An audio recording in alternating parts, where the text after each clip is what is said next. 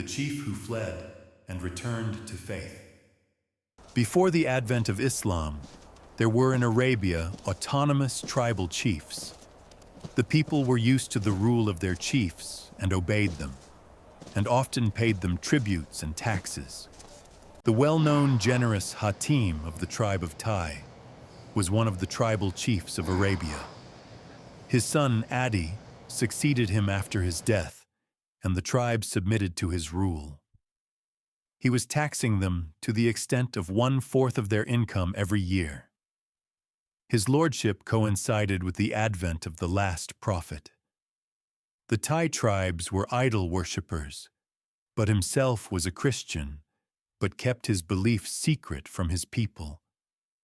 The people, after being acquainted with the liberal teachings of Islam, felt themselves relieved from the burden of their lords, who had hitherto imposed their rule upon the people. Owing to this fact, Adi, like other lords, used to look upon Islam as the greatest danger for himself, and was harboring enmity against the Prophet. But the die was cast. People were embracing Islam in increasingly large numbers, and the religion of Allah was advancing day by day. He knew that the day was near when the Muslims would come looking for him also, and that would be the end of his lordship. He therefore instructed his special steward, a slave, to always keep strong and light-footed camels ready near his camp and to remain watchful. One day the slave came to him and said, "Make whatever arrangements you want to make, as the Muslims are very close." Adi mounted his family on the camels and took whatever valuables and luggage he could take, and escaped to Damascus, where the people were of his religion. But in the confusion, he forgot to take his sister, Safana, with him, and she was left behind. The Muslims defeated the tribe in the battle, and some were made captives. Muslims brought Safana to Medina along with other captives and related the story of Adi's escape to the Prophet. The prisoners were sheltered in a low-walled compound near the mosque. One day, the Prophet, while going to the mosque, passed beside the enclosure. Safana, intelligent and talkative as she was, moved from her place and said, "My father is dead. My guardian is hiding. Be generous to me. God will be generous to you." Who is your guardian? Adi, son of Hatim. The one who has run away from God and his prophet. Saying these words, the Prophet went away. Next day again she repeated the same words, heard the same reply. Her plea produced no result. The third day, having lost her hopes, she decided to keep silent.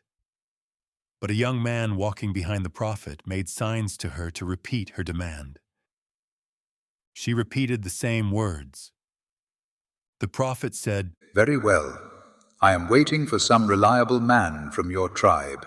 As soon as such a man is found, I shall send you with him to your tribe.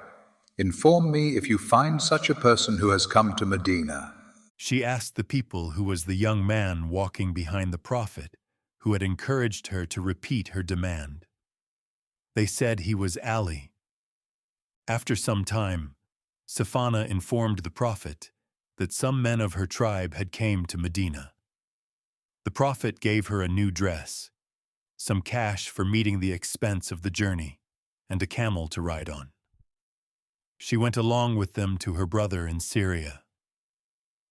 When she saw her brother, she reproached him and said, "You brought out your wife and children and forgot me the memory of your father." Adi apologized to her. Then, as she was an intelligent woman, Adi consulted her about his plan.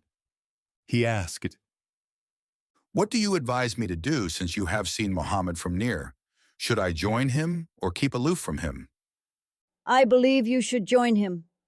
If he is a prophet of God, it will be a credit to your honors and nobleness. And if he is not a prophet and only wants to be a worldly ruler, then in a place, Medina, which is not far from Yemen, your place, Nobody will dare to dishonor you because of the honor and respect you have among the people of Yemen.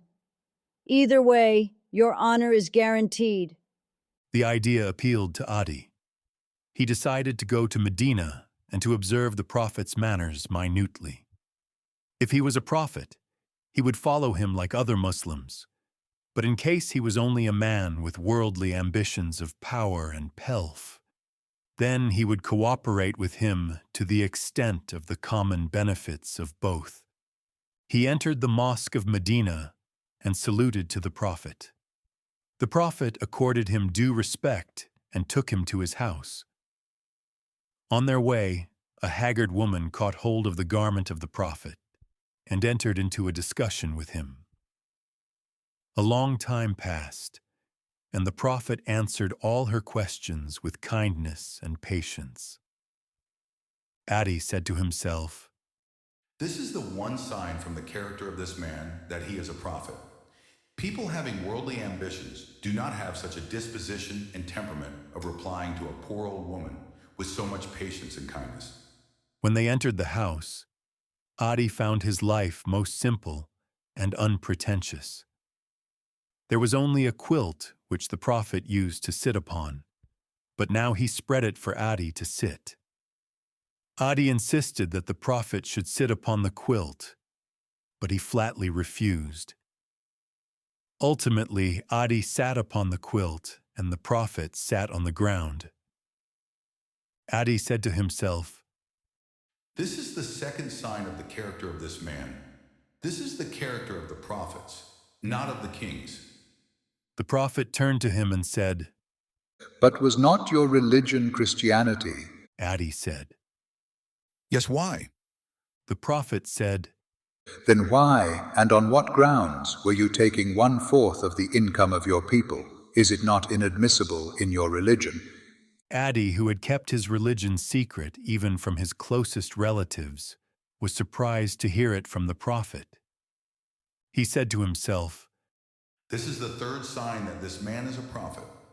Then the Prophet said, You are looking at the present poverty and helplessness of the Muslims. You find that the Muslims today are living in distress. They are surrounded by crowds of enemies and have no security of their lives and properties. They have no power in their hands. By God, the time is not far when such a vast wealth will come to them that there will be no poor among them.